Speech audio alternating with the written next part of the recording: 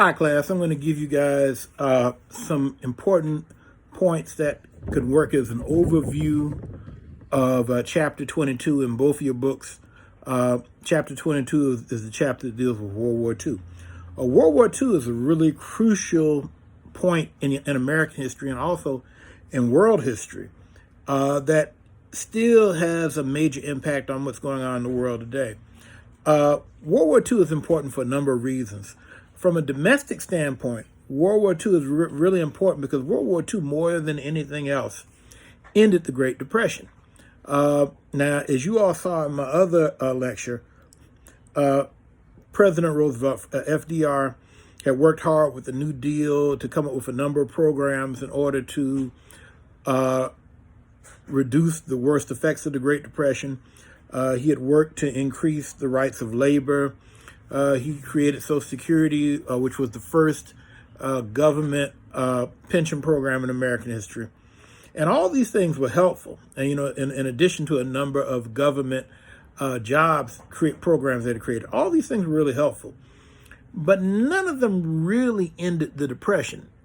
They made things a little bit better. But, if you all have been watching those films from PBS on the Great Depression that I've assigned you, you know that there were periods, from 1929 to 1941 where things got better.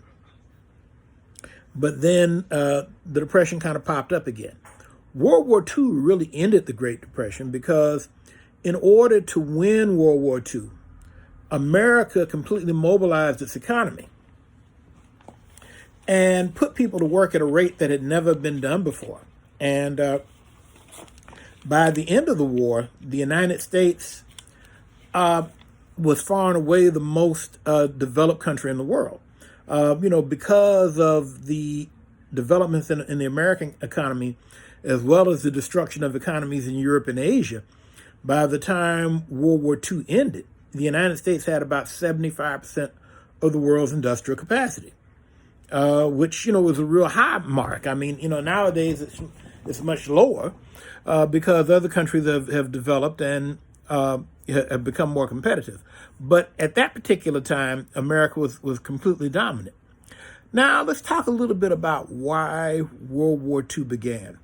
Now, if you all watched that movie that I assigned you for last week, The Peacemakers, that talked about the Versailles Peace Conference in 1919, you all should know that although a peace treaty was signed, nobody was happy. The Germans were kind of in an odd situation. They had lost the war, but they had actually lost the war while occupying France. German territory had never been touched during World War II. Basically, the Germans, got kind of strangled through a blockade and other means, but German territory itself was never touched. Countries like Italy that were on the winning side didn't get territory they wanted.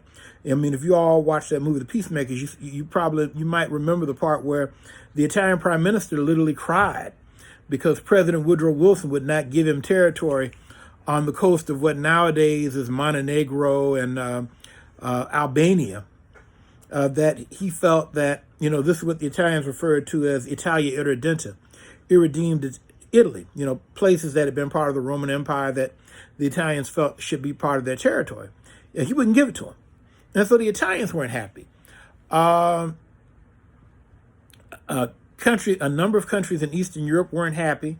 The old empires had ended, but a lot of these countries had conflicting claims on territory.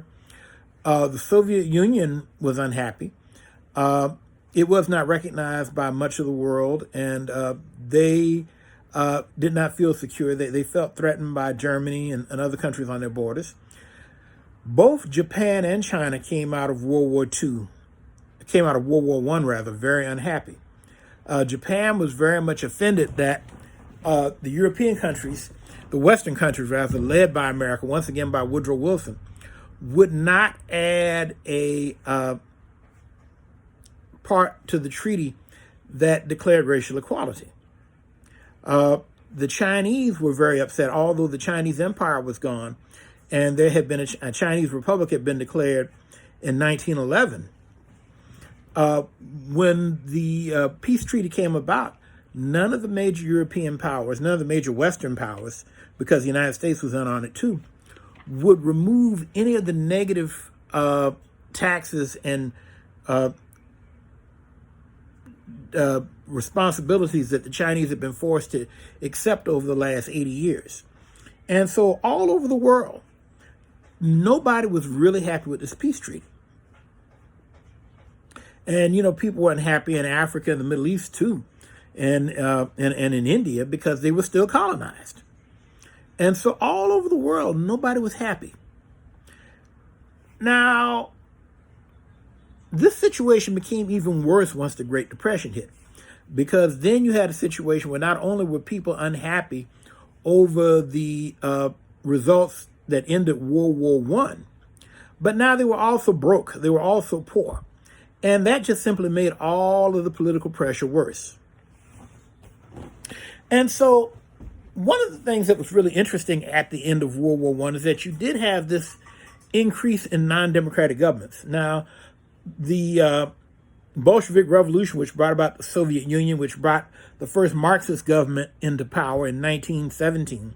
Well, the Bolsheviks took over in 1917, but they didn't really declare the Soviet Union until 1923, after they had fought the Russian Civil War. But they were the first to come into power. Then in Italy in 1922, you have the fascist movement under the Italian leader Benito Mussolini that comes to power. And really, we also see in Japan that Japan, they still had the emperor. And what we see in Japan is that military leaders and, nationalist leaders become more and more prominent.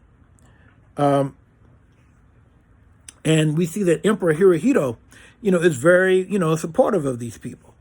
And so we see a much more aggressive Japan coming into power. And really interestingly enough, the last of the major dictators to come to power was actually Adolf Hitler. Hitler had tried to come to power in 1924 in a putsch, or, that's the German word for coup, attempt in 1924 in Munich, Germany. That was 1923. In 1923, there was a putsch attempt by the Nazis.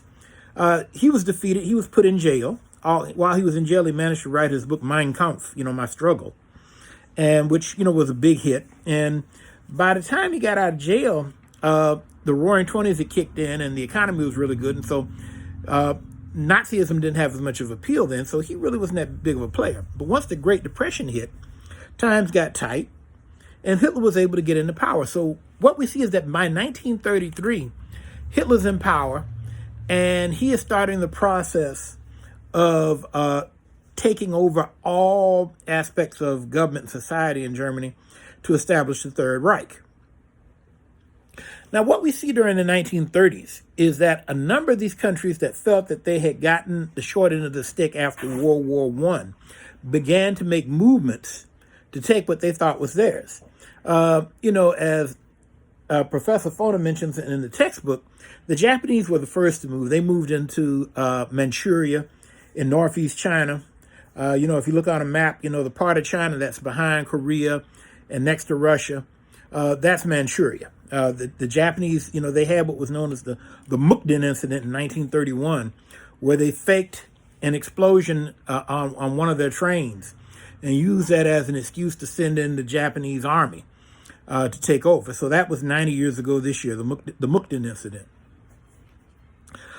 Similarly, the fascist Italy under Benito Mussolini went into Ethiopia and attacked Ethiopia because Italy had never gotten over the fact that they were the only European country that got whipped by the Africans during the period of colonialism. The Italians were defeated really badly by the Ethiopian Army under King Menelik II at the Battle of Ottawa in 1896, and which was largely due to the fact that King Menelik was a really good diplomat, and he was able to get lots and lots and lots of machine guns from the British. And so, when the Italians showed up, the Ethiopians actually had better guns, and they knew how to use them, and so that's why the Italians got whipped. But anyway, the Italians never got over getting whipped. And so in 1935, by this time, the Italians had gotten airplanes and everything, and the Ethiopians did not have them.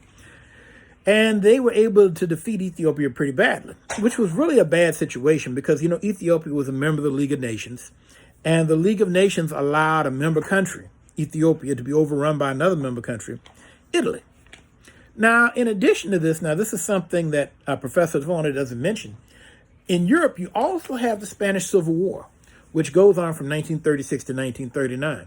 Now, this is very significant because basically you have people who believe in democracy and also people who lean more to the left.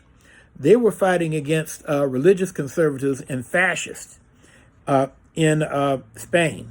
And the Italians and the Germans got into the war on the side of the conservatives and fascists, Spanish fascists, who were known as the Spanish fascists. They were known as the Phalangists.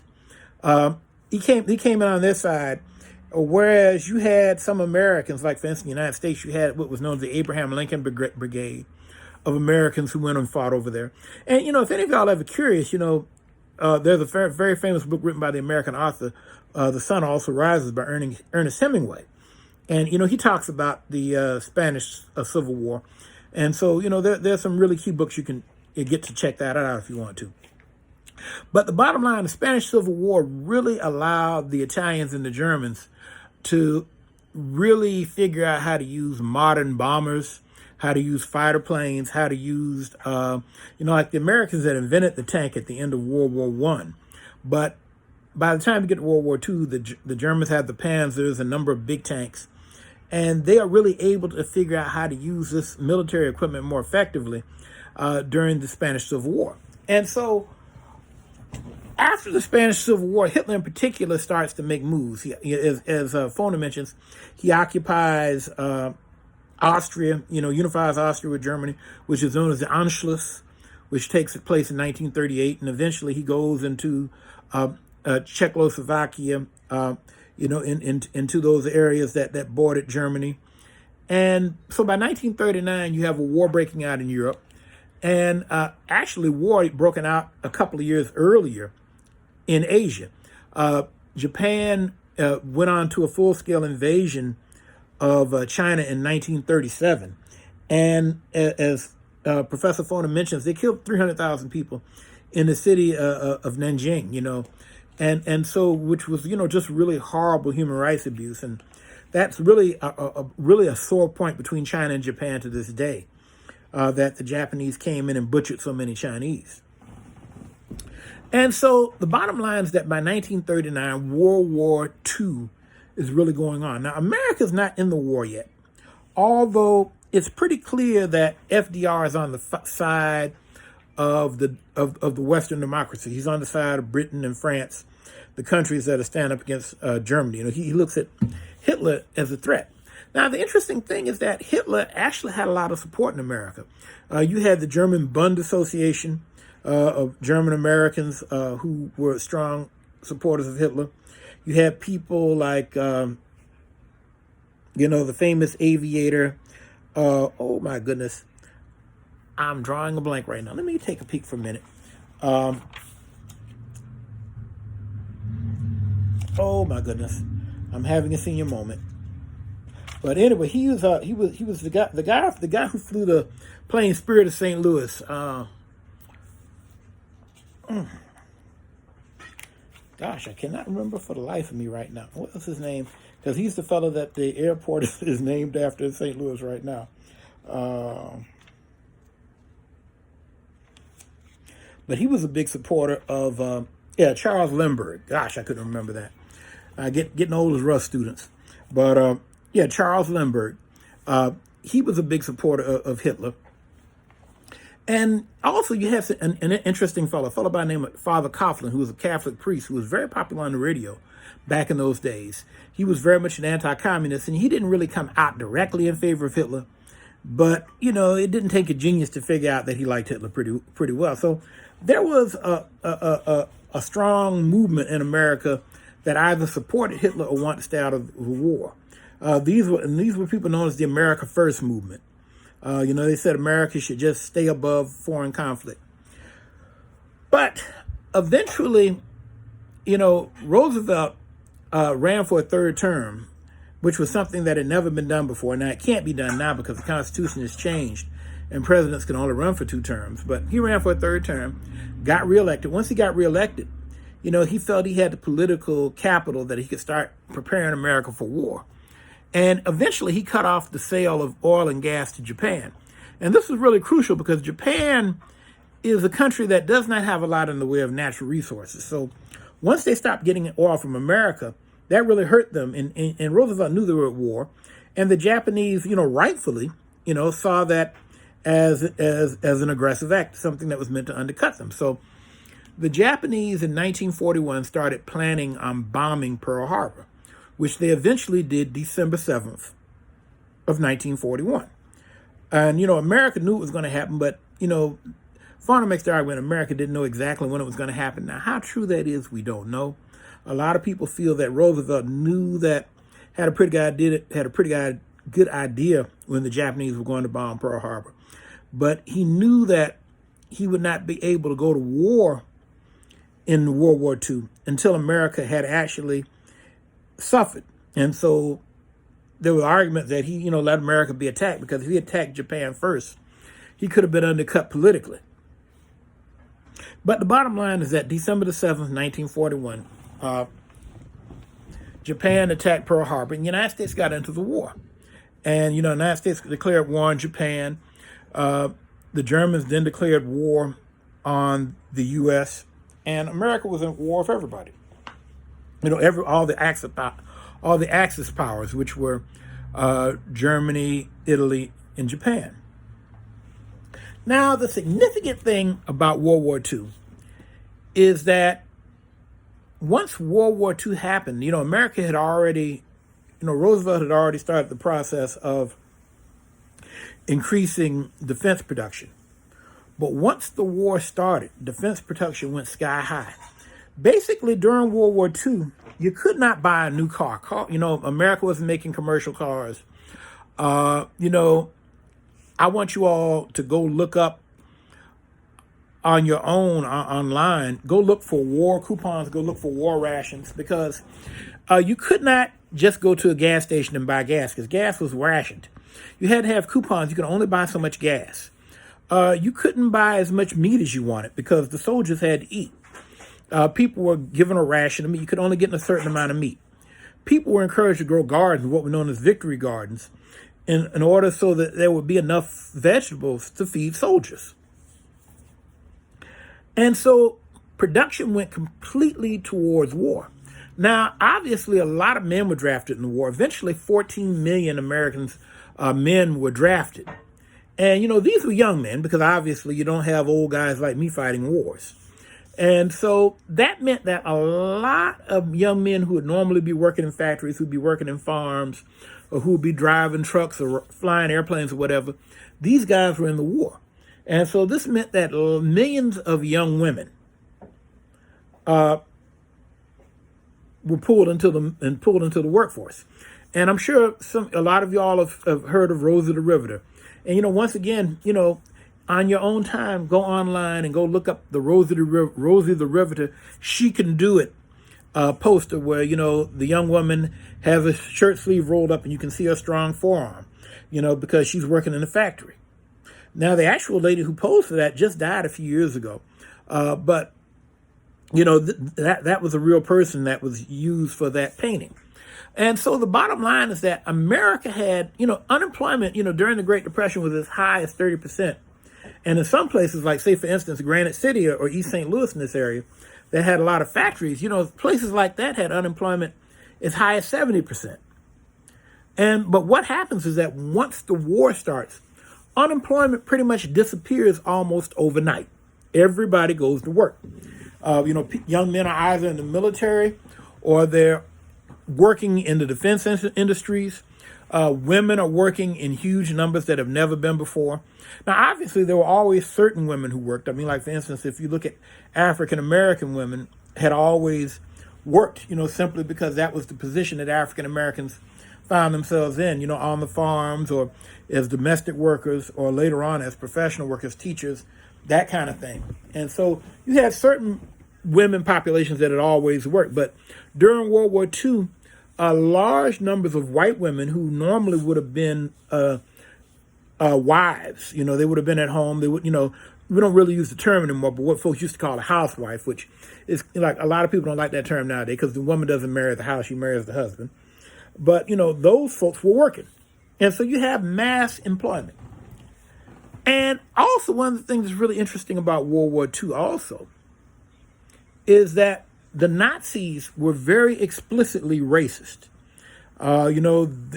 Hitler never hid his notion that Jews needed to be wiped out. And what we see as far back as 1935, Hitler set up the Nuremberg laws that were designed to discriminate against the Jews. Now, one of the great ironies of the Nuremberg laws is that Hitler actually sent Nazi researchers to the American Library of Congress to read American Jim Crow laws, the laws on discrimination and segregation in America. So he'd have a good idea how to put together these laws.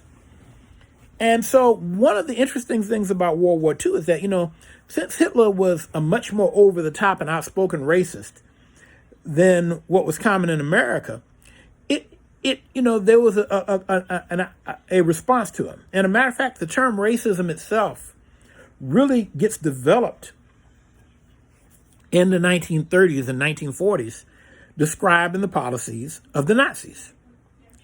And so we see that going into World War II, America had come out against racial discrimination. And, at the very beginning of this chapter, Eric Foner talks about how FDR talks about the four freedoms. Freedom of religion, freedom, to express yourself, freedom from want, freedom from fear. And what happens is that America has to find itself moving more in the direction of racial equality. Now, what we see, for instance, is that in 1941, and I gave you guys a film about this, so you probably have seen it already. But one of the things that happens is that Americans, are going towards full employment. And so that means that, Black Americans also want to get these good government jobs. But what we see is that in some places, there's really active discrimination against Black workers.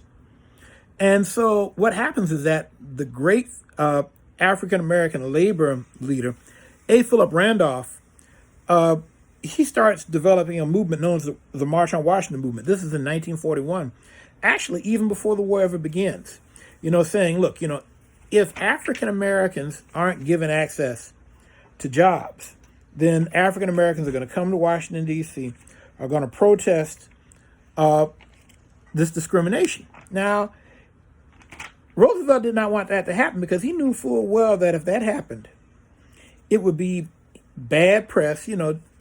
D.C. at that time was considered more of a southern city than it is now. Because if you look on the map, D.C. is right next to Virginia, right next to Maryland. Now, people don't so much think of Maryland and D.C. as southern nowadays, but they were slaveholding states. And Virginia, was part of the Confederacy. Matter of fact, one of the capitals of the Confederacy was in Richmond, Virginia. And so FDR knew that if a situation broke out there, it would look horrible. And so therefore, FDR put out a executive order banning discrimination in defense contracting. This was the first time in about 80 years that the federal government had put forth any kind of regulation limiting discrimination. Now, unfortunately, the military itself was still segregated. The military would not be desegregated until after FDR died and President Truman from Missouri became the president. He integrated the military. But during World War II, the Army was still segregated. And, one of the great ironies, like, for instance, over in St. Louis, you actually had Nazi soldiers who were prisoners of war who were kept in St. Louis. Once they got to St. Louis, they could go to white facilities. Once they became trustees and became trusted prisoners, they could go to facilities that Black American soldiers could not go to. I read not too long ago a testimony of a Nazi soldier who was a prisoner of war in Texas. He ended up staying in America. Matter of fact, he actually ended up marrying an African-American woman. And he talked about how terrible he thought it was that the African-American soldiers that whipped his behind and captured him were treated so terribly in Texas, their own home country. A state in their own home country. So one of the things I want you all to think about is that World War II really brought forth some contradictions in America and really set the stage for the civil rights movement that would come up about 10 years later. Now, there were other groups who were impacted by the war too. Like, for instance, Hispanic Americans or Latinx people, they were absorbed more into the workforce too through what was known as the Bracero program, where many of them were put to work in factories and were put to work as agricultural laborers in order to facilitate the war effort. But now the one group that really got treated most poorly were Japanese Americans. And it's really ironic because, the guy who was the head of the American military, Dwight D. Eisenhower, was a German American. I mean, Eisenhower is German for iron worker. He was head of the American military effort. But all Japanese American citizens, except for those in Hawaii, were put in internment camps. This was the federal government executive order 966. And this was actually upheld by the Supreme Court. Even very conservative justices, like the late Antonin Scalia, said that the Supreme Court decision that upheld the internment camps was the worst Supreme Court decision in American history. And, Japanese Americans, were held in what essentially were concentration camps, although America called them internment camps. They were concentration camps. And, if you all have been watching your films, I assigned you all a film that is an American government propaganda film, trying to show how nice the internment camps were. And so the bottom line is that World War II, at one level, really strengthened America. But on the other hand, World War II really pointed out some terrible issues that America had to deal with. These issues of discrimination that would really dog America. And and really America's still dealing with them to this day. These are, America is a good country, but it's not a perfect country. And there are a lot of issues that we could talk about in 1941 and 1945 that in one way or another still exist today. But World War I did bring those things out. Well, that's kind of an outline of that chapter. I'll be giving you all some more information in the near future. And, pay attention to this lecture and the other lecture about the Great Depression. Remember, you got a test on Tuesday, and I'll be getting your old test back to you by Monday on the 14th. Take care.